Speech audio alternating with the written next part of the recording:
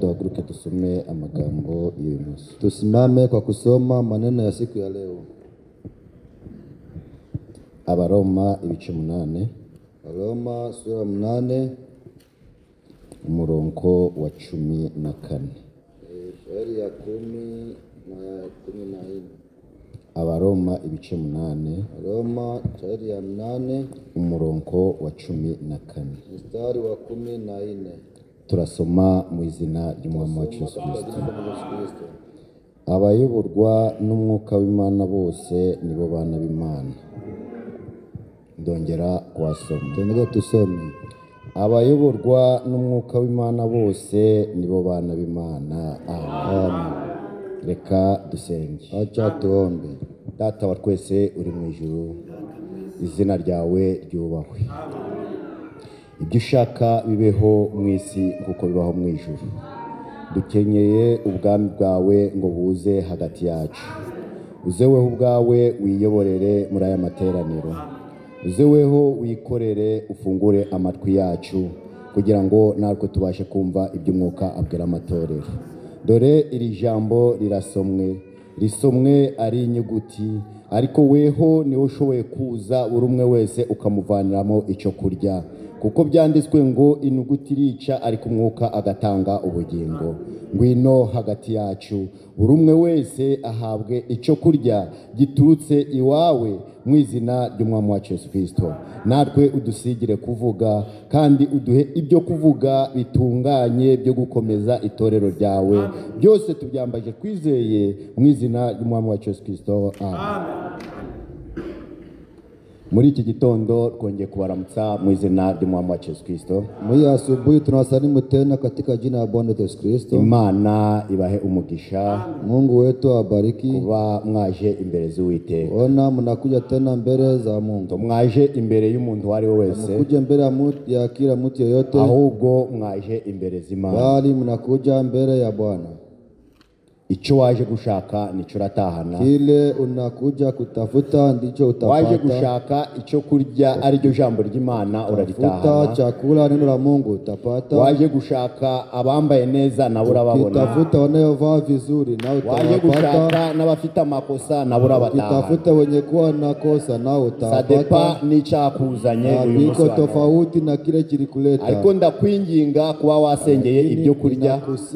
Ukavuga ati Mwami imbere zawe nasema nakuja mbele yako uzambe icyo kurya cy'uyu munsi. Mimi nipatie chakula cha leo. Kuko umuntu atabeshwaho n'ibyo kurya gusa. Kila mtu haishi kwa mkate tu wa chakula. Ahubwo abeshwaho n'ijambo ryose riva mu kanwa k'Imana. Kwa kila neno lolote natoka ndani ya kinywa ya Bwana. Rero nta kindi cyatuzanye. Kuna kingine kinayotuleta. Ahubwo twaje kumva ijwi rya Data. Tunakuja kusikia sauti ya Baba. Nawe niryo waje kumva. Kweli na wewe ulikuja kusikia hayo. Imana ibiguhereze nabari waje kumva. Akupatie Miriamu na kuja usikia kandi yale. utege amatwi Tena utege masikio kugira ngo wumve iby'umwuka abwira kusudi amatorero. usikie kile Roho anaambia Uhereye kanisa. muri Efeso Kuanzia kwa ukageza Efeso none, tangu sasa Imana yatumye abagaragu bayo ikoresheje ijambo. Mungu alituma watumishi wake kwa Ariko kutumia kwa neno. hahirwa abumvira iryo jambo, Lakini heri wanayotii ile neno. barahirwa. Wanaheri. Amen. Amen. Duherukana tuganira ku ijambo rivuga ati umuntu ushitse uw'Imana ishaka. Pamoja tukizungumza neno ya mtu kamilifu, ule mtu Mungu anapenda. Umuntu uw'Imana ishaka. Ule mtu Mungu anataka. Cyangwa umuntu ushitse. Au mtu kamilifu. Twarebye byinshi, tuliangalia mengi iby'Imana idushakaho. yenye Mungu anataka kwetu. Ese umuntu ushitse n'uyu mubiri? Sasa mtu kamili ni huyu. Oya, ntari uyu mubiri. Hapana, si ahubwo mwili. muri uyu mubiri Ndani ya hii mwili harimo undi muntu. kuna mtu mwingine. Amen. Amen. Uwo muntu uri muri nje, Ule mtu iko ndani ni yangu. ugomba kugaragara inyuma, Ule ndiye anaweza kandi akagaragaza n'imbuto. tena anaonesha zile mbegu ziko ndani. Amen. Amen. Niwe Imana ishaka. Ni yeye Mungu anataka. Naho kamere Lakini ile cyangwa tabia umuntu wa kamere, au mtu wa tabia, we n'umuntu uhora ayobagurika. ule mtu mwenye nashinda ariko Imana ishaka ngo dutsinde, tuneshe uyu muntu w'inyuma, twambare wa muntu mushasha. tuvaye ule mtu Nico mpya. Imana idushaka. Ile ndicho Mungu anataka kwetu. Amen. Amen. Uyu munsi turaganira ijambo rivuga ati siku ya leo tutazungumza neno linalosema eti kuyoborwa n'umwuka w'Imana, kuongozwa cyangwa na kuyoborwa n'umwuka wera. au kuongozwa na Roho Iyo Mtakatifu. uyobowe n'umwuka wera, Au unaongozwa na Roho Mtakatifu. ni Imana ibiri kuyobora. Mungu pekee anakuongoza. Iyo uyobowe n'umwuka wera, Kiongozwa na Roho Mtakatifu. nta kindi, ni Imana ibiri Na kukuyobora, chengine ni Mungu anakuongoza. kuko umwuka wera niryo jambo Roho ry'Imana. Mtakatifu ndiye neno la Mungu. Amen. Amen. Umwuka wera niyo Mana, Roho Mtakatifu ndiye Mungu. umwuka wera ni ijambo. Roho Mtakatifu ni Rero neno. niyo mpamvu ijambo ritubwiye ngo Ndio sababu neno linatuambia abayoborwa n'umwuka w'Imana nibo bana b'Imana. Kuongozwa na Roho Mtakatifu ndio watoto wa Mungu. Amen. Amen. Imana ishaka ngo tuyoborwe n'umwuka wayo, Anataka tuongozwe na roho yake. tutayobowe n'umuntu runaka. Tuongozwe na mtu fulani. Nawe nuyoborwa na buhihi, Tuongozwe na ndugu. ntihazagusiga mu nzira. Huyo atakuacha njia. Ariko nuyoborwa n'umwuka w'Imana, ukayoborwa n'Imana, izakugeza aho yakugeneye. kufikisha mahali alikuandalia. Nimuyoborwa n'abantu, Tuongozwe na watu. ukavuga ati kino ndagikora yuko ashera ari aha ngaha, kino ndagikora yuko runaka ari kundeba, wagera hirya ahatari ukagikora. Iko na tenda vile. Ntawe uri kuyoborwa n'Imana, Hauongozwe na Mungu. ahubwo uri kuyoborwa na Bali kamere, wewe unaongozwa na tabia yako. kuko asheri araha, Kwa sheria iko hapa. hirya ntariyo, ariko hari uwo muzajana Mtatembea ku manywa na nijoro muri kumwe, aho wicaye muri kumwe. Uwo nguwo nutinya uwo, ugatinya uwo mwuka wo muhorana, ugatinya iyo Mana yo muhorana, bizatuma ukiranuka muri byose. Uwe mwenye haki ndani ya yote. Amen. Amen. Abayoborwa n'umwuka w'Imana nibo bana b'Imana, Wanayoongozwa na Roho Mtakatifu ndio watoto wa Mungu. nibo bana b'Imana, Ndio watoto wa Mungu. kuko uwo mwuka Kwa kuwa ile roho Yesu yarawudusezeranyije. Yesu alituahidia. Uwo mwuka nazi Roho akikuja azabayobora mu kuri kose. ataongoza kwa kweli kwa. Uwo mwuka nazi Roho akikuja azabayobora mu byo gukiranuka. ataongoza kwa wenye haki. Arega uwo mwuka Kweli yule roho ayobora abantu mu bibi, aongoze watu ndani ya uwo mabaya. mwuka tayobora abantu mu byaha, ahubwo uwo mwuka ayobora abantu mu byo gukiranuka gusa. Uwo mwuka ayobora abantu mu by'amahoro, uwo mwuka ayobora abantu mu rukundo, uwo mwuka ayobora abantu mu mahoro. Anaongoza watu ndani ya salama. Amen. Amen. Uwo mwuka w'Imana Ile roho wa Mungu atandukanye n'abana iko b'abantu. tofauti na watoto na wanadamu. Uwo mwuka w'Imana Roho wa Mungu atandukanye na iko Asheri. tofauti na Uwo Asheri. mwuka w'Imana Roho wa Mungu atandukanye iko n'umuhanuzi. tofauti na nabii. Uwo mwuka w'Imana atandukanye n'abavugabutumwa bose, kuko uwo mwuka ayobora abantu mu kuri kose. Anaongoza watu ndani ya kweli. Uwo mwuka, Ule roho. uwo mwuka wera, Ule roho. Yesu yaravuze ati Yesu alisema eti naza akikuja azabamenyesha icyaha, atawajulisha dhambi. naza azabamenyesha ibyo gukiranuka. Naza azabamenyesha ibyenda kubaho. Naza akikuja, amen. amen, Uwo mwuka ule roho umuhawe kimupewa, akicara muri wowe, anakaa ndani yako, akicara muri wowe, anakaa ndani yako, ntakwemerera gukora icyaha. hata kubalia kutenda dhambi. Uwo mwuka Ule roho aje akicara muri wowe, ukemera ukamwumvira, ntakwemerera kwanga mwene se. akubalie ukataa ndugu yako. Uwo mwuka Ule roho niwemera akakuyobora, ukemera akakuja imbere, akaza akicara muri wowe, azakwigisha kubana na bene se amahoro. kukaa na wandugu salama. Amen. Amen. Kuko azabayobora mu kuri kose, azabayobora mu gukiranuka kose, tazemera ngo ukore ikosa. Hatakubali utende dhambi au kosa. Amen. Amen. Ni umwuka w'ukuri, Ni roho wa kweli, ni umwuka ni w'ukuri. roho wa kweli. Kandi uwo mwuka w'ukuri Tena ule roho wa kweli tagendera ku marangamutima yawe. mbeleye kabisa. Uwo mwuka w'ukuri tagendera ku marangamutima y'umuntu, ahubwo agendana n'uko ijambo ry'Imana rivuze. kama vile neno la Mungu linasema. Uwo mwuka w'ukuri Roho wa kweli ngo naza azabayobora mu kuri kose. akikuja ataongoza ndani ya ukweli wote. Yesu yaramudusezeranyije, Yesu alituahidia ngati nintagenda kama siende uwo mwuka ntazaza, ile roho hatakuja. ariko ningenda Nikienda nzabohereza umufasha. tawatumia msaidizi. Uwo mufasha naza Msaidizi akikuja azabayobora mu kuri kose. ataongoza ndani ya kweli kote. Amen. Amen. Ngo ntibishoboka ko ab'isi bamuhabwa Habiwezekani walimwengu wamupate kuko batamuzi. kwa kuwa wewe hawamtambue. Uwo mwuka w'ukuri wo Roho mvuga wa kweli ninayosema ab'isi ntibishoboka ngo bamuhabwe, ulimwengu habiwezekani ntibishoboka ko wamupate. abanyedini bawuhabwa, ahubwo uwo mwuka ni umwuka wera w'abana b'Imana gusa. Roho wa Mungu Niyo mpamvu tutaja kuraguza mu bisi, niyo mpamvu tutaja gusengesha mu madini, atende kuombea watu ndani ngo ya tugende madhehebu. mu idini ngati mu nsengere ngo nahuye n'iki kibazo mumbwire ibirambaho, kuko uwo mwuka ntawe bafite. Uwo mwuka ntawe, uwo bafite no kubashuka. Hayo ni ya kuwashawishi. Amen. Amen. Bibiliya ati ngo uwo mwuka w'ukuri naza Pia eti ule roho wa kweli akikuja azabayobora mu kuri kose. atawaongoza ndani ya ukweli. Kile ndicho cha kwanza. Uwo mwuka w'ukuri naza Ule roho wa kweli akikuja azabayobora mu kuri kose. ataongoza ndani ya ukweli kote. Utamanjije wagenda no kwa Ila dusabe, kwanza kwenda kwa sinkore bino ni ukuri, fanye hivi ni kweli. kandi ufite umwuka wera. Na tena yuko na ule Roho Mtakatifu. Ubwo buhiye Kweli buno ni waza buhiye. ukambwira ati Unaweza ashe kuniambia, nuko Asheri, nenda gusibira mbona amateraniro nataka ni ndani ukuri, kufanyika ni kweli. kandi ufite umwuka wera wo kukuyobora. Roho wa kweli wa Uzi ko kuongoza. ijambo ry'Imana ribujije kwica amateraniro? Roho Mtakatifu na ukataza kushinda kukusanyika.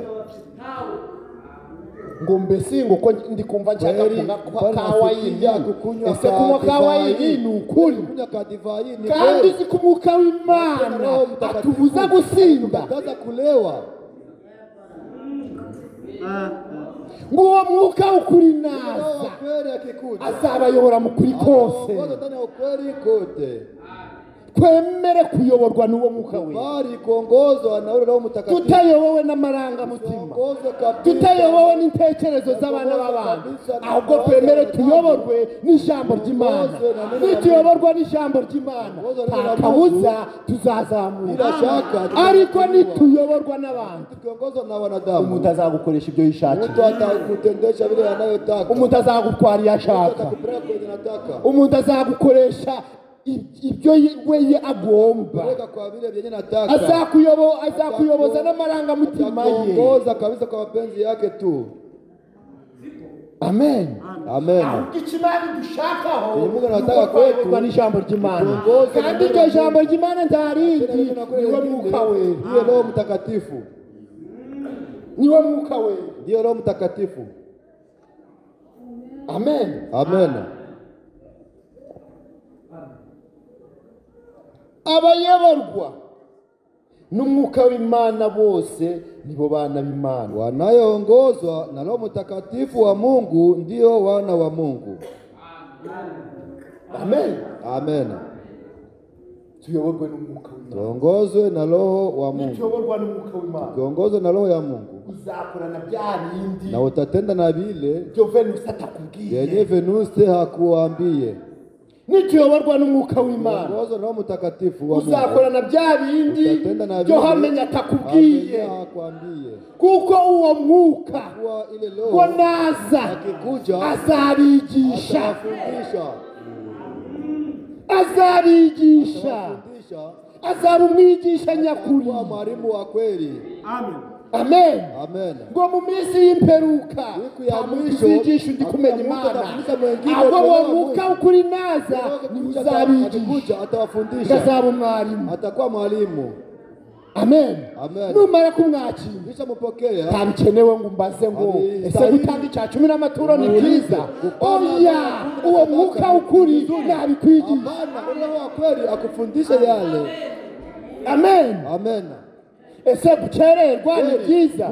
Uwo mwuka utajacererwa nabikwigishe ko gucererwa ikarukica gahunda. Kuchelewa ni kuwa utaratibu. Ni umwuka ukuri, Ni roho wa kweli. kandi ngatuyobora mu kuri kose. Tena anatuongoza ndani ya ukweli kote. Atuyobora mu kuri kose. Anatuongoza ndani ya ukweli kote. Yohana.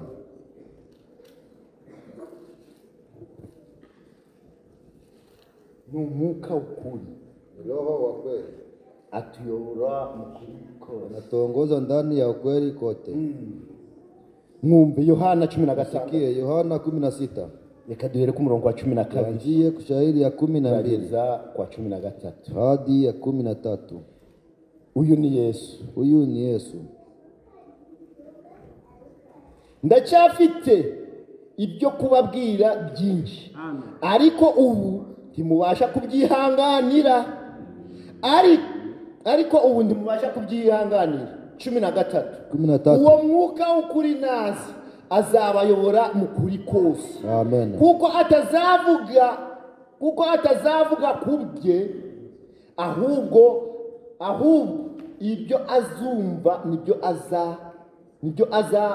azavuga. Kandi azababwira ibyenda kubaho. Amen. Azababwira ibyenda kubaho. Atawaambia yale anataka kuwa. Isi muri iyi minsi ifite Ulimwengu mwizi ubwoba masiku bukomeye. yiko naoga kabisa ya ajabu.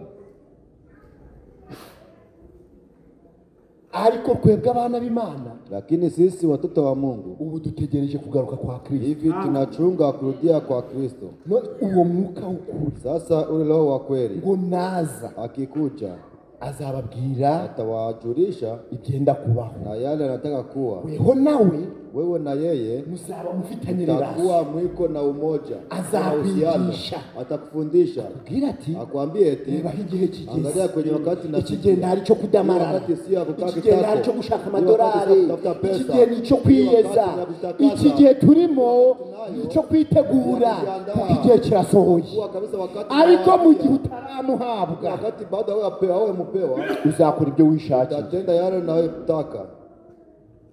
Uzakora ibyo wishakiye. Utatenda yale unayotaka. Uzadamarara, Utakala kitako. ugendere kwishakira amadolari, Kutafuta pesa. wica amateraniro, Uwe makusanyiko. ubushake, Kwa makusudi. wange bene so, Ukatale wa ndugu. ubushake. Kwa makusudi. Ariko nuhabwa icyo kimenyetso, Lakini ukipewa ile ishara. ugahabwa umwuka ukuri, Ukipewa ile roho wa kweli. azakuyobora mu kuri kose. Atakuongoza ndani ya ukweli.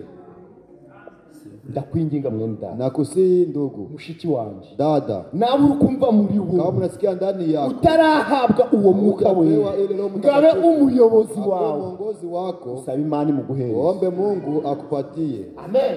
Amen. Uyu ni Yesu wavuze ati, Huyu ni Yesu alisema eti, ndacyafite ibyo kubabwira nikingana na byinshi, mengi ya kuambia, ariko ubundi mubasha lakini kubyihangana. sasa hamuwezi kabisa kusubiria yale. Tubari bashoboye kubyihangana. Hamuwezi kusubiri. Yesu ari kubwira intumwa ze, Ni Yesu alikuwa anaambia mitume wake. ari kumwe n'aba Petero Alikuwa na ba Petero na ababwira Yohani. ati ndagiye anawaambia ninaenda, ariko nzabohereza umufasha. lakini nitawatumia Kuko msaidizi. ibyo mfite kubabwira Ni niko na vya kuambia, hamwezi kubisubiria. ariko uwo mwuka w'ukuri naza, Roho wa kweli akikuja, uwo mwuka w'ukuri naza Roho wa kweli akikuja, azaba umwigisha, atakuwa mwalimu, azaba umwigisha. atakuwa mwalimu. Venuse navuga biki? Venus akisema machache, ule mwalimu akikuwa naye atakufundisha mengi. Mubwiriza navuga Mhubiri akisema vya kidogo au vichache, uwo mwuka wera ule Roho nagera Mtakatifu imbere akifika hapa mbele azakwigisha. atakufundisha wengine. Amen. Amen. Kuko ari we mwigisha w'ukuri. Yeye mwalimu wa kweli, Uwo ule ni umenye ibyo mama Sifa atekereza. yeye anatambua Uwo Mama Sifa na umenye ibyo Mama dusaba atekereza. Uwo ni umenye ibyo nifuza. Uwo ni utanga ibikwiriye. ule bila hapana kufuatana na vile vinatamani. Amen. Amen. Naho nje ntonzi ibyo Gerard atekereza. Mimi sicho lenye Ariko umwuka wera ariyo Mana ye Mungu niyuzi ibyo Gerard. ye anajua Yo Bwana avuze ati uwo naza azavuga ibye mugazenda kubye ibyo azanyumvana ibyo azababwira. Hiyo atawaambia. Ni umwigisha w'ukuri. Ni mwalimu wa kweli. Ese muramukeneye? Uwo mwigisha w'ukuri muramukeneye? Umwigisha ukwigisha aho abize kaminuza batari, aho bize ibikomeye batari, aho bafite igifaransa batari, ariko akakwigisha iby'ukuri. Amen. Uwo mwigisha nanjye ndamukeneye kugira ngo anyigishe inzira zo gukiranuka. Kuwa haki. Amen. Amen. Uwo ni urwigisha Ule ndiye anatufundisha inzira zo gukiranuka. njia ya kukuwa haki. Atari uwo nguwo Ila ule wayoba, unaweza kupotea njia. wayoba. Unaweza kupotea njia. Amen. Amen. Uwo mwuka w'ukuri Ule Roho wa naza kweli akikuja azabayobora mu kuri kose, ataongoza ndani ya ukweli kote, kuko atazavuga ku bwe, hatasema juu yake, ahubwo bali ibyo azanyumva vile atasikia kwangu, ibyo azavuga, vile ndivyo atasema, kandi azababwira ibyenda kubaho. tena atawajulisha yale anatakayokuwa. Amen. Amen.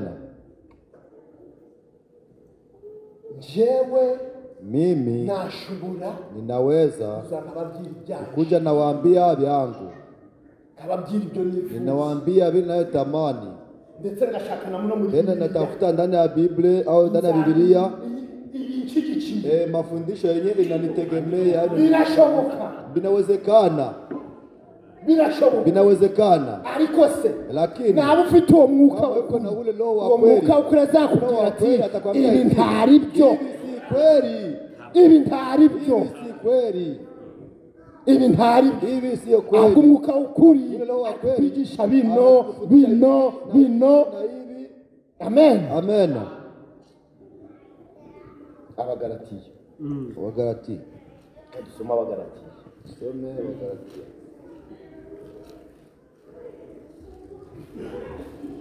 Abagalatiya, Wagalatia. bene data, Wa ndugu, turi mu minsi iruhije, tuko musiku kabisa yachokesha, ariko lakini mukomere kandi mushikamye. shike nguvu tena kabisa, Amarangamutima kabisa ile biti mapendeleo mubishire uruhande, mubitie pembeni, ahubwo muyoborwe n'umwuka ninyi w'Imana. mwongozwe na Roho Mtakatifu wa Mungu. Nituyoborwa n'umwuka w'Imana Mwongozwe na Roho ya Mungu, tuzagera mu ijuru. tutafika mbinguni. Kuyoborwa n'umwuka w'Imana, Mwongozwe na Roho Mtakatifu wa Mungu, kuyoborwa n'umwuka w'Imana mwongozwe na Roho wa Mungu, bituma ugira amahoro. inaacha na kuwa na salama. Kuyoborwa n'umwuka Mwongozwe na w'Imana Roho ya Mungu, bituma ubana na bene so inaacha amahoro. naishi na wandugu salama. Kuyoborwa n'umwuka Mwongozwe na w'Imana Roho Mtakatifu, bituma ukunda rubanda rumwanzi wawe. unapenda ndugu. Kuyoborwa n'umwuka w'Imana bituma ubana n'abandi bose amahoro. Iyo uyobowe n'uwo mwuka Mwongozwe na ile Roho, wumva nta mwanzi ufite. unasikia hakuna adui naye. Iyo uyobowe n'uwo mwuka Wakati unaongozwa na ule Roho, wumva nta kibazo ufite, unasikia hakuna tatizo, kandi weho ni Imana, na tena wewe na Mungu muba muri unakuwa kabisa communication. Amen. Amen. Mwumve n'Abagalatiya ibice bitanu Wagalatia duhere ku murongo wa 16 kwa shairi ya 16. mwumve ukuntu Paulo Sikia atutegura. vile Paulo anatuonya. ndavuga ati muyoborwe n'umwuka. Uwo ni Paulo. Ule ni Paulo. Ndavuga ati muyoborwe n'umwuka Anasema eti kuko aribwo mutazakora ibyo kamere irarikira. Amen. Uwo ni Paulo. Ule ni Paulo. Naho nutayoborwa n'umwuka Kama uongozwe na hilo uzakora ibyo kamere ararikira. utatenda vile tabia inatamani. Uzavuga ati Utasema eti nakankoreye nabi. ndugu anatenda vibaya. Nami nitamtendea vibaya. Kubera iki? Kwa nini? Uri kuyoborwa na kamere. Unaongozwa na tabia. Ariko nuyoborwa n'umwuka Uongozwa na roho. wakugiriye nabi uzamugirira neza. Nuyoborwa n'umwuka uwakwangaga we uzamukunda. Nuyoborwa n'umwuka uwakurogeye umwana we uzamusabira umugisha. Nuyoborwa n'umwuka uzakora ibyo gukiranuka. Utatenda kuwa mwenye haki tu. Ndavuga nti Nasema eti muyoborwe n'umwuka muongozwe na roho. kuko aribwo Kwa kuwa mutazakora mtaweza ibyo kamere kutenda irarikira. ile tabia na Kuko tamani. kamere Kwa irarikira tabia yenu inatamani vyenye roho anakatala. Hivi si mimi ninavisema. umva Sikia. ngo kuko kamere Kwa kuwa irarikira tabia yako inatamani vyenye roho anakatala. urumva ni intambara. Nasikia ni vita. Kandi umwuka Tena roho anatamani ile tabia yako anakatala. kuko ibyo bihabanye. Kwa kuwa vile viko tofauti. Ibyo mushaka Ndio sababu vile mnatamani kutenda haiko vile mnafanya. Amen. Amen. Kamere Tabia uyu w'inyuma huyu wa nyuma ibyo yifuza vile gukora anatamani kutenda bihabanye n'ibyo umwuka wa ndani viko tofauti na roho wa ndani hapendi. Mimi natamani kuishi na Dusaba salama. Yule ni Asheri wa ndani. Lakini Asheri wa nyuma anatamani kutengana na Dusabe. Kweli. Amen. Amena. Ngariko ni muyoborwa n'umwuka Lakini mkiongozwa na roho muzakora ibyo kamere yawe. mutatenda vile tabia anakatala, mutende vile kabisa roho inapenda. Ndavuga ati Ninasema eti muongozwe na roho. kuko aribwo Kwa kuwa mutazakora vile ndio mtaweza kufanya vile kabisa tabia inatamani. irarikira ibyo umwuka Tabia inatamani vile kabisa roho anakatala. kandi umwuka Na tena roho yifuza ibyo kamere anatamani vile tabia yako anakatala. Kwa kuwa vile kabisa viko tofauti. Viko tofauti. Viko tofauti. Ndio sababu naweza kukuwa na ule mwongozi. Tena ule mwongozi sio mwingine, ni Roho wa Mungu. Ule Roho sio mwingine, ni Roho Mtakatifu. Bali ule unaishi mahali popote anakuwa nawe. Ukikuwa ndani ya kazi anakuwa nawe. Ukikushika safari anakuwa na wewe. Mahali huko popote anakuwa na wewe. Lakini Asheri anabakia hapa. Watumishi wenu wote wanabakia kwenye wako. Lakini ule Roho Mtakatifu akikuye mwongozi wa kweli, yeye mnatembea pamoja. Sikiliza, yeye mnatembea pamoja. niyo mpamvu munsi gumwe basanze Ndio sababu siku moja baramubwira ati Yobu wakwihana ariko Imana iri kuguhana. Mungu yuko na kuadhibu. Yobu aravuga ati Yobu anasema eti ntacana kure Imana, tendea Mungu dhambi, ntacana kure abavandimwe, ntacaha mfite, sina dhambi kabisa. Amen. Amen. Yobu isaha zigeze, Yobu saa ikiwadia aravuga ati anasema eti ngo naho naba narapfuye, hao alikuwa nishafariki, umubiri wanjye ukabora, wangu unaoza, ukaja ikuzimu, iconzi nuko aya maso yanjye azareba Imana. watatazama Mungu.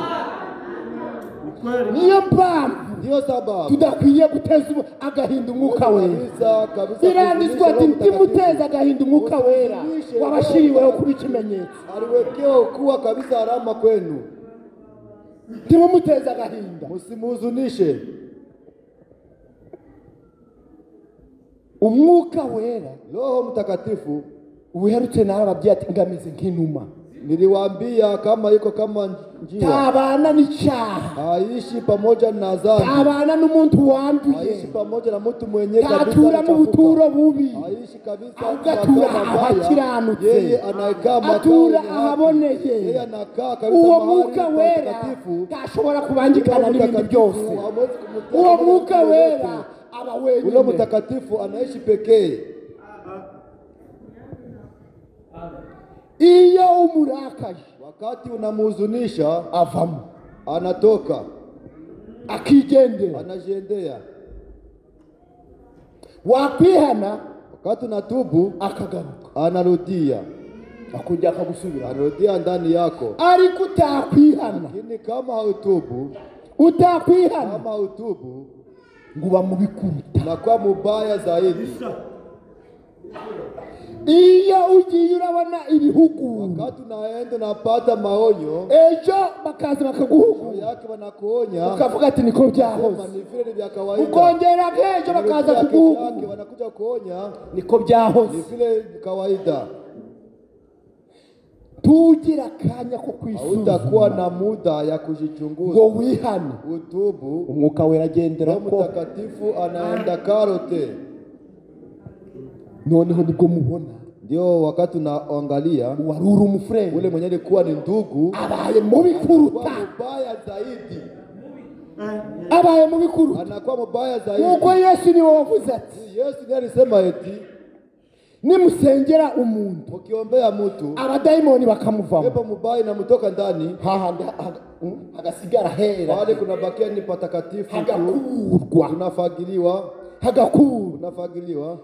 ngo dayimoni Ule pepo mchafu ngo ntaja kure, haende mbali, ngo ntaja kure, haende mbali, aragenda kibera hano, anaenda pembeni, anabakia kule, akajaza burundu. anakuja na kuangalia pale kwenye wafagia kuliingia mtu. Ese hinjiyemo Kweli kuliingia Mungu.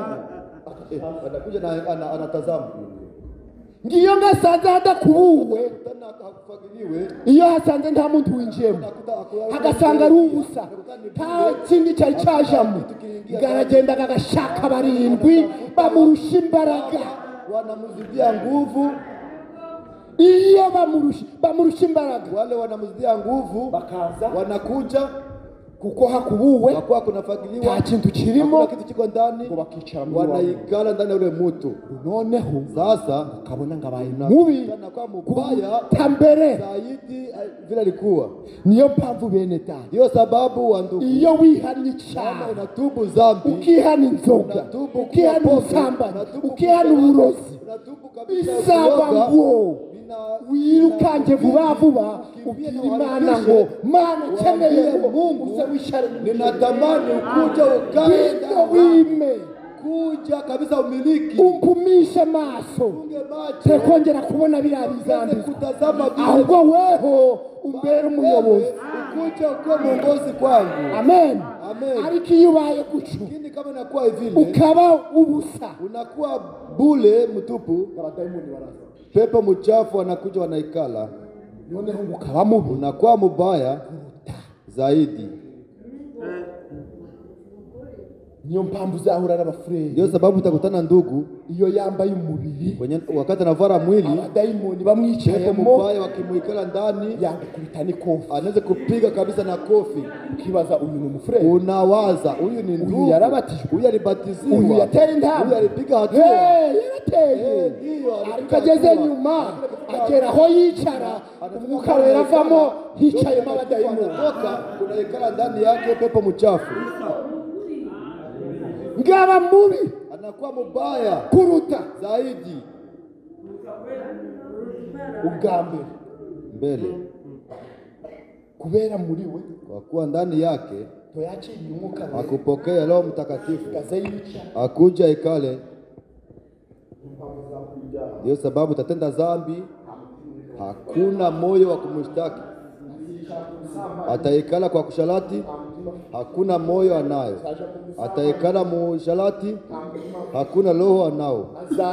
Ataloga, hakuna cha kumhukumu. Alikuwa mubaya zaidi. Alipita mustari nyekundu. Ijambo likatubwira linatuambia eti muri abana b'Imana, uko watoto wa Mungu, muyoborwe n'umwuka muongozwe na Roho Mtakatifu. Nani mutayoborwa nawe? Lakini kama muongozwe naye, mumeze nk'abandi, mtakuwa kama wengine. ngo kuko kamere irarikira iby'umwuka yawe, kwa kuwa tabia anatamani lilo na katala. Tena Roho Mtakatifu anatamani vyenye kabisa tabia na katala. Kwa kuwa vile viko tofauti kabisa. Ndio sababu vile mnapenda kutenda haviko vile mnatenda. Amen. Tuko ndani ya vita. Ulitiwa ndani ya vita. Kama ulitiwa ndani ya vita, inakuomba kabisa uigombane. Amen. Inakuomba ugombane ile vita. Usena wa mtu wa Yesu ashaka. Na ule mtu Yesu anataka. Usanguko Kristo ashaka. Na vile Yesu anataka. Usanguko yaragenda. Alikuwa anatembea. Useme kama vile alikuwa anatembea. Amen. Amen. Usikubali kabisa tabia ikushike nguvu. Amen. Tabia mbaya. Iyo kamera yageze kuri Buhiri. Tabia kiingia ndani ya ndugu Buhiri. Iyo kamera yageze kuri Asheri. Tabia kiingia ndani ya ndugu Asheri. Anakuwa mbaya. Tabia mbaya ikikufikia, unasema yule mwenye atanitendea vibaya na mimi nitamtendea vibaya.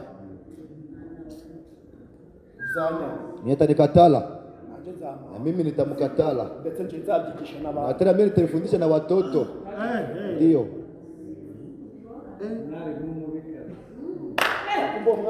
Unasikia yule mwalimu, unakuwa unaikana na watoto wako. Sasa ndugu Buhihi, unaona wewe eri kile ndugu Asheri ninakikatala. Unajua kimefanya hivi na hivi na hivi na hivi. Wewe unasema uko napanda urukubiba urwanga napanda chuki kutazashobora utaweza kubibura kutoa ndani. Niyo mpamvu Furabura nama tubuza kubwira n'abagore bacu amabanga na wake wetu kabisa siri. Kaba nahura na Obedi twibereye muri restaurant, Obedi araje kubisa agasahani kanje karamemetse anguka chini. Nikifika kunyumba nasema unajua wewe Mahoro, Obedi tulikutania ndani kabisa ya restaurant, huko nikatana anapiga kabisa sahani yangu anayangusha na imani na tena aniita niko umbwa. Mahoro ndamwishe, Mahoro ninamuua, turi kumwe tukua pamoja. Tanuga zicho napenda Obedi hakujua chenye nilifia na ndugu Obedi, lakini namuua. Obedi akikuja kunyumba, Mahoro hata mpokea kimfurahia, hata mpokea kimfurahia, atamwambia ona chilitukana mume wangu ni umbwa, kina mwanga na Sara alikuwa nakulia ndani. Mahoro kama iko na ulozi ataenda kutafuta pale kamata. Niyo mpamvu, ndio sababu dukwiye kuvuga ibyiza gusa. Natamani kusema mema. Ningera mu rugo Mahoro atubuhiye ningera mu rugo runaka yankoreye bino atari ibibi, sio mabaya, atari ibibi, sio mabaya. Muyoborwe n'umwuka w'Imana, muongozwe na Roho wa Mungu. Nibwo mutazakora ibyo kamera irarikira, mutafanya vile tabia yenu nataka. Ni muyoborwa n'umwuka w'Imana, muongozwe na Roho wa Mungu, muzakora ibyo Imana ishaka, mutatenda yale Mungu anataka. Kuko ariwo mwigisha w'ukuri, kwa kuwa ndiye mwalimu wa kweli. Ndashobora kuza nkabigisha, naweza kuja nabafundisha, ariko ntimubifate na mutabikamata cyangwa mukabifata au mnabishika. Ariko iyo ugeze Umwuka Wera ni wongera kubikora, Roho ndiye anaongeza na kufundisha. Amen. Amen. nimukora ibyo kamere irarikira, mukitenda vile tabia inatamani, akabuza muzarimbuka. bila shaka mtaangamia. Habari nje, Akuwe mimi, habari wehu, akuwe wewe, nidukora ibyo kamere irarikira, tukitenda vile tabia zetu zinataka, akabuza bila shaka inzira yacu. njia yetu ni Ariko nidukora ibyo Umwuka wera ashaka, tukitenda vile Roho Mtakatifu anataka, tugakora ibyo Umwuka ashaka, tutenda vile Roho anataka, tuzaja mu ijuru. tutaingia mbinguni. Niyo mpamvu abaririmba Hiyo sababu wale wanayoimba mbinguni bakwiriye kwiboneza n'ubu, natamani kujitakasa leo. ukamenya ibyo Imana igushakaho, Unaelewa yale Mungu anataka ukamenya kwako, ibyo Umwuka wera unaelewa agushakaho. yale Mungu anataka kwako. Amen. Amen.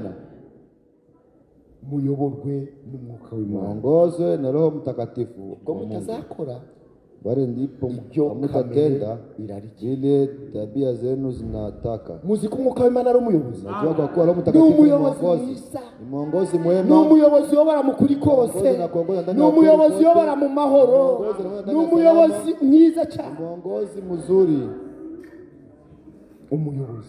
mwongozi. Umunsi gumwe Siku moja Zakariya Zakaria, dusome Luka, some Luka,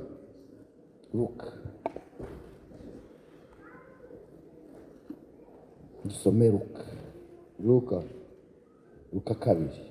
Luka pili. Tuyoborwe n'Umwuka, Tuongozwe na Roho wa Mungu, tuongozwe. Amen. Amen. Tuongozwe. Reka dusome Luka kabiri, Tusome Luka 25. 25. I Yerusalemu hariho umuntu witwa Simiyoni. Amen. Naho nari ndi gushaka. I Yerusalemu hari umuntu witwa Simiyoni. Yerusalemu kulikuwa Uwo mtu yari umukiranutsi witonda kandi yari ategereje ihumure ry'Abisiraheli. Umwuka wera yari muri we.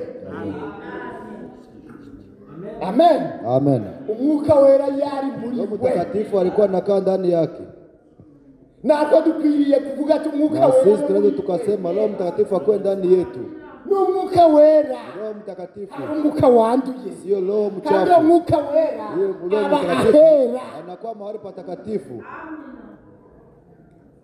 Uwo Simiyoni Ule Simeo alikuwa anachunga faraja faraja. n'umuntu n'umwe wari urabimubwira, Kuna hata mtu mmoja angemwambia, ahubwo uwo mwuka bali ule roho wari uri muri we alikuwa ndani yake, kubimubwira. yeye angestahili kumwambia.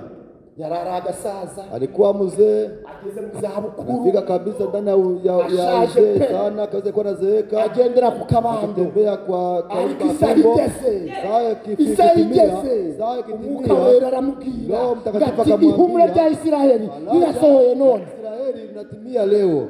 Byahumure nakubwiye, Ile faraja nilikwambia, umwana yavutse, mtoto amezaliwa, umwana yavutse, mtoto kandi amezaliwa, ababyeyi bamujyanye ku na rusengero. wazazi None wanamchukua genda hekaluni, muhurireyo. wende mkutanie kule. Izo saa Simiyoni Ile saa umwuka Simeo, wera Roho Mtakatifu yamaze kumubwira. alimwambia, Simiyoni yarahagaze, Simeoni alikuwa anasimama, wenda yari ari kumwe n'abantu alikuwa anakuwa na watu, anasema huyu mzee anaenda wapi? adashoboye, Mbona haweze? hari icyamubwiye. Kuna chenye kilimwambia, Umwuka wera naza ule roho akikuja azakubwira gusenga, atakwambia kuabudu na bila umwuka wera kukazua. naza Ule roho azakubwira akikuja kwiriza ubusa atakwambia kushinda batamanje bure, babikubwira. Uwo kukwambia, mwuka wera Roho nakuzaho Mtakatifu akikuja kwako azagukoresha imirimo myiza we. atakutumikisha Uwo kazi. Simiyoni ngo aragiye, Simiyoni ndio babonye anaenda. agiye no mu rusengero, Anaenda ndani ya hekalu, agasaza karagiye, mzee anaenda, ageze mu rusengero akifika ndani ya hekalu afata umwana, anashika mtoto, anashika ule mtoto, ayobowe nande, akiongozwa na nani? umupasiteri wamuyoboye, umukambwe wamuyoboye, ahubwo yayobowe n'umwuka wera. Niyo mpamvu ijambo rivuze ngo muyoborwe n'umwuka w'Imana. Bali ndipo mtakuwa mtu wa Mungu. Amen. Amen. Ngo umwuka wera yari muri we, Roho Mtakatifu alikuwa ndani yake, yari yarahanuriwe n'umwuka wera, alikuwa alitabiriwa na Roho Mtakatifu, atazapfa bali hata fariki bila kuona Yesu Kristo mfalme wa Mungu. amen amen ko atazapfa hata fariki atarabona bila kuona umwami Imana. Kristo mfalme wa Mungu. ajyanwa n'umwuka Anachukuliwa na roho mu rusengero ndani ya hekalu. maze Sasa ababyeyi wazazi maze ababyeyi bajanye umwana Yesu, wazazi wakipeleka mtoto Yesu watende kama vile tabia wa amri ulikuwa. Simeo aramuterura anamukumbatia mikono yake, ashima Imana, shukuru Mungu eti mwami mfalme. noneho Sasa laga mtumishi wako salama, kwa kuwa ulinisema, kwa kuwa macho yangu anatazama wokovu yako, ile uliandaa ndani ya macho ya watu wote. Amen. Ile alikuwa anachunga, lakini hakuwa mtu alimwambia, bali ile Roho ndiye alimuongoza.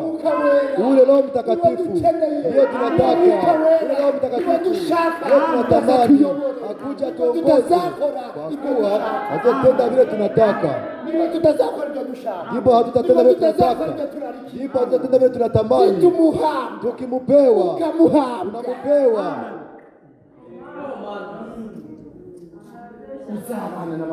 Utaishi na watu wote salama. Ule atakuja kwako yote atakuwa mibaraka. Kwenye utaishi mahali popote utakuwa mwenye baraka. Amen. Ule Roho umuombe. Roho Mtakatifu alikuja, hakurudia, alikuja kwa kuwa Yesu alimwaidia kanisa lake, ninaenda siwaache kama yatima, nitawatumia msaidizi. Amen. Wakati alikuwa kwa siku ya Pentekoste kabisa, kabisa mbingu ilishuka. Amen. Tusabe na muona juu yake, na tusabe naye namuona juu yangu. Mnajua kile Frebra na amari kuvuga ati dukubo na anasema eti impambi Imana abikoze guco nukugira ninde badusabe dusabe menye kandi utaje kari mukuru dusabe nandeba amenye ko nanze ndi mukuru ngo mwicisha bugufi. Amen. Amen. Igihe Mwuka Wera waje, wakati Roho Mtakatifu alikuja, waje ari indimi z'umuriro, alikuja kabisa ni lugha za moto, indimi kabisa ilikuwa ni ulimi wa moto, umuriro wa moto, ngo gutwika inalunguza, gutwika inalunguza Umwuka Wera. Umwuka Wera no umuriro. Roho Mtakatifu ni moto. Umwuka Wera Roho Mtakatifu yakugezemo, akifika kwa atari ule Mwuka Wera w'abanyamadini, Umwuka Wera nyekuri, Roho Mtakatifu wa kweli akwemeza icyaha, akuharira gukiranuka, akagukosora. Amen. Amen. Ariko uriya wabariye arakiri ile roho ya wale araza kuguhanurira, anakuja na kutabiria yarayasambanye, akilala na shalaka araza kuguhanurira, anakuja kutabiria yarayarose, akilala na loga araza kuguhanurira mu byo byumba bararamo, baraye bari gukora ibyaha, babigana wanafanya ibyaha, kandi Umwuka Wera amemeza n'ibyaha, amukubarisha na dhambi. Ariko Umwuka Wera dusaba wa Mwuka Wera gutwika, ugatwika kamera ni moto inarunguza tabia mbaya zote. Amen. Amen. Uwo Mwuka Wera yageze muno mwitera. Uwo Mtakatifu alifika ndani ya kanisa. Yageze muno. Akifika ndani, iteraniro ryagira amahoro. Kanisa lote naweza kuwa na salama. Amen. Amen. Iteraniro ryagira amahoro. Kanisa linaweza kuwa na salama. Ngo tuyoborwe n'Umwuka. Tuongozwe na Roho. Ndipo hatutatenda vile tabia zetu zinataka. Hari imirimo ya kamere. Kuna kazi ya tabia mbaya. Tusome Wagalatia.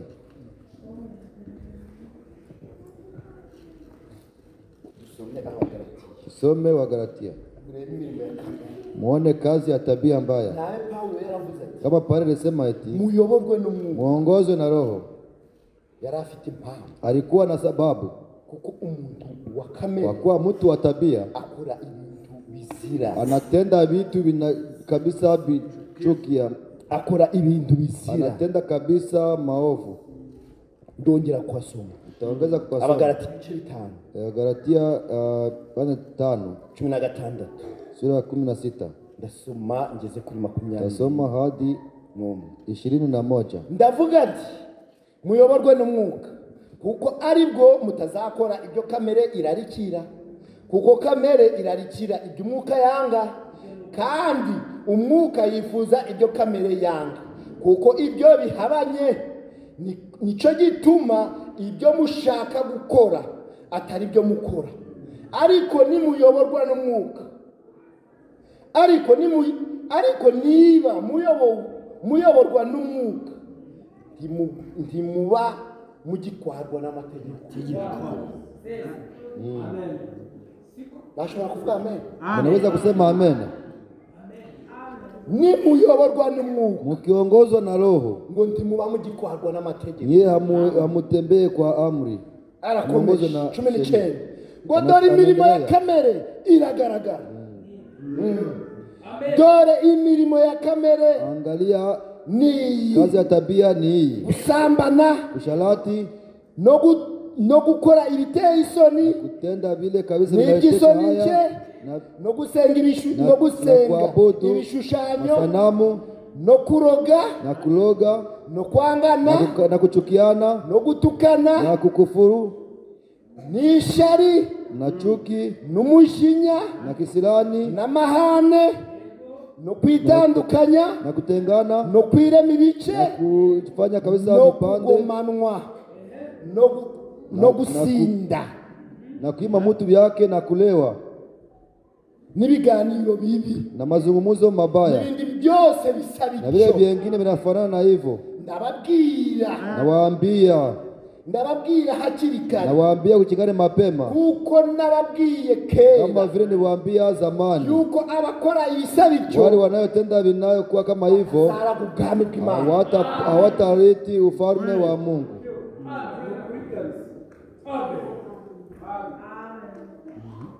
Ndababwira hakiri kare, ninawaambia kuchingari mapema, yuko abakora bityo, wale wanayofanya hivyo hawatariti ufalme wa Mungu. Abasambanyi, wanayoshalati, abarozi, walozi,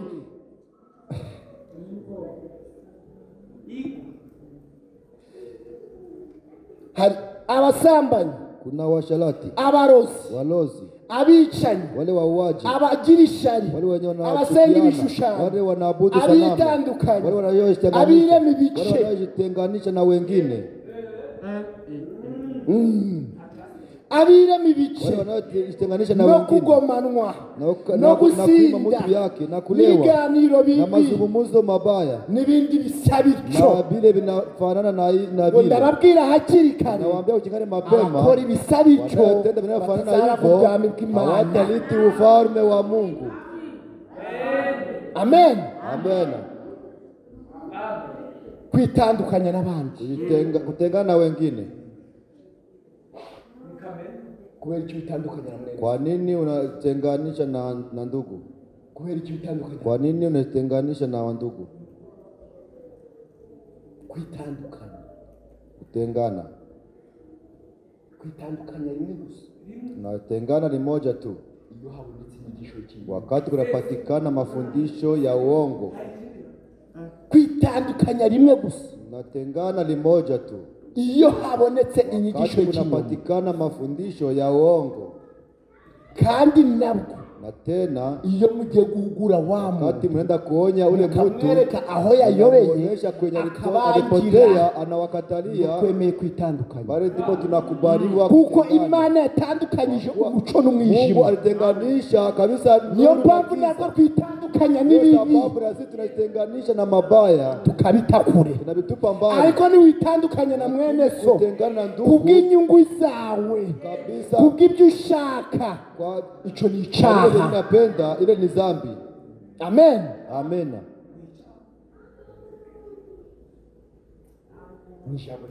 Ni neno la Mungu. Mimi siseme hivi.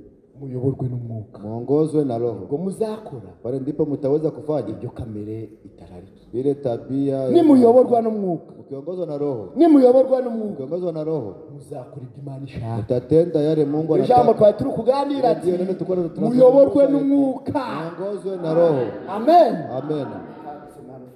Acha tusome hapa ndugu Branham. Kile anachosema. Muongozwe na roho. Nituyoborwa n'umwuka, Ukiongozwa na roho, eglise yacu izagira amahoro. kanisa yetu itakuwa na salama. Utarindira ngo kumbuka kuyoborwa. Usichunge kumbuka kwa usichunge Venusi akuongoze. Utende vile anakuagiza. Wewe unajiagiza kwako mwenyewe. Kanisa itakuwa na salama. Sababu kanisa inakuwa na vita kila siku. Hiyo ni tabia kabisa inatuongoza. Nimbona ko frere Gerard nduta. Unaona kama ndugu Gerard iko mkubwa juu yangu, atakuja nitendee shauri, nitabikubali. Kandi tugendere. Na tena tutabitembelea ndani. Akoni habamo. Lakini kukiwa mkokoto kotana, Iyo ni kamere. ile ni tabia mbaya. Ahubwo Imana Bali Mungu anataka tuongozwe na Roho Mtakatifu. kuko imbuto y'amahoro Kwa kuwa mbegu ya salama ibuka mu mahoro. wanaipanda kwa siku ya salama. Amen. Yakobo Kavuze. vile anasema Imbuto y'amahoro mbegu ya salama ibuka mu mahoro. wanaipanda siku wakati wa salama, Tuze. na tena ndani ya kabisa ya utulivu. Amen. Amen. Uyu ni Frere Branham. Huyu ni ndugu Branham. Nta gatabo yise Ni kitabu aliita kuja hanze y'irembo. kwenda nyuma ya mlango. Ubu rero Sasa tugiye hanze y'insabo. sasa tunaenda nje ya kusalia, Hanze y'insabo, nje ya wasalia, y'irembo. nje ya mlango. Tubona yuko ico kintu Tunaona kama kile kitu gihambaye kabisa cyane kiko nguvu sana, ku musozi wo guhindurirwa. umurima wa kubadilishiwa. Aha kuvuga igihe Hapa nakusema wakati Yesu alikamata Petro, Yakobo na Yohana baja ku musozi naenda mulimani wo wa guhindurirwa, kubadilishiwa, wa kubadilishwa. change nkuko Petero Kama vile Petro awita anaviita mu nyuma umusozi wera. nyuma ya mlima mtakatifu. Aho niho Pale ndipo nabo. alikutania nao. Ubu rero Sasa sinizera yuko siamini ya kwamba sinizera yuko iyo ntumwa yashatse kuvuga yuko uwo musozi ari wera. siamini ya kwamba ule mitume alikutaka kusema kama ile mlima ni mtakatifu. Bamwe bakavuga ati ni umusozi wera, Wamoja wanasema ni mlima mtakatifu. ariko hano Frere Branham aratubwira Hapa ndugu Branham anatuambia eti wowe ntiyemera ko uwo musozi yeye hakubali kama ile mlima ari wera. ni mtakatifu. Icyo ashatse kuvuga, Msikie chenye nataka kusema. yashaka kuvuga ko Alitaka kusema kuri uwo musozi ile mlima hariho Imana yera. kuna Mungu mtakatifu.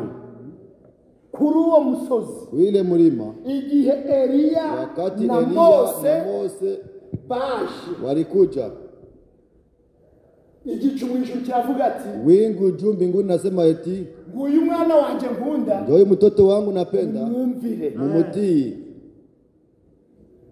Wenda Petero yaravuze ati Labda Petro anasema eti kama mtu mwana mfalme, nyemerera nikubalie yubaka ingando zitatu, na mimi nijenge nyumba tatu, yako niya na Mose niya Eliya. na ya Eliya. Yarabivuze nk'umuntu. Alisema kama mtu. Frere Branham we yaravuze ati Ndugu Branham alisema eti Petero mwako kanya Petro mwile muda yarakuze division, alikuwa anafanya kutengana, alikuwa anataka kujengea zehebu, yarashatse kwiba, alikuwa anataka kujengea kazehebu, hari akadini ka Yesu, zehebu ya Yesu, zehebu ya Mose na zehebu ya Eliya. mwumve neza. Msikie vizuri, Nguwo musozi ntariwo wera. ile mlima sio Yashaka takatifu. kuvuga ko Alikuwa anataka kusema eti kuri uwo musozi ile mlima hariho Imana na yera. Mungu takatifu. Mumchofere Branham avuga. Msikie kile ndugu Branham anasema. Ta shengero ryera ririho. Hakuna kanisa takatifu liko hapo. Ta shengero ryera ribaho. Hakuna kanisa takatifu lipo. Ta bantu bera babaho. Kuna watu watakatifu wako. Hariho mpemu yera mu bantu. Kuna Roho Mtakatifu ndani ya watu. Amen. Amen. Ta muntu weru baho. Hakuna mtu mtakatifu kabisa. Hakuna kanisa takatifu liko.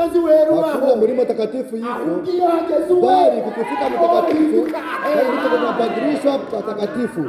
Amen. Amen. Iyo muka wera kuje. Kama Roho Mtakatifu anakuja ndani yako. Roho Mtakatifu anakuja ndani yako. Bali ndipo nakuwa mtakatifu. Lakini kama Roho Mtakatifu haja kuja kwako, haujakuwa mtakatifu. Amen. Amen. Pemu yera. Roho Mtakatifu niwe abakwara. Ndiye anawaongoza. Pemu yera niwe. Roho Mtakatifu ndiye abakwara anawaongoza. Niwe mrongozi wanyu. Ndiye mwongozi wenu.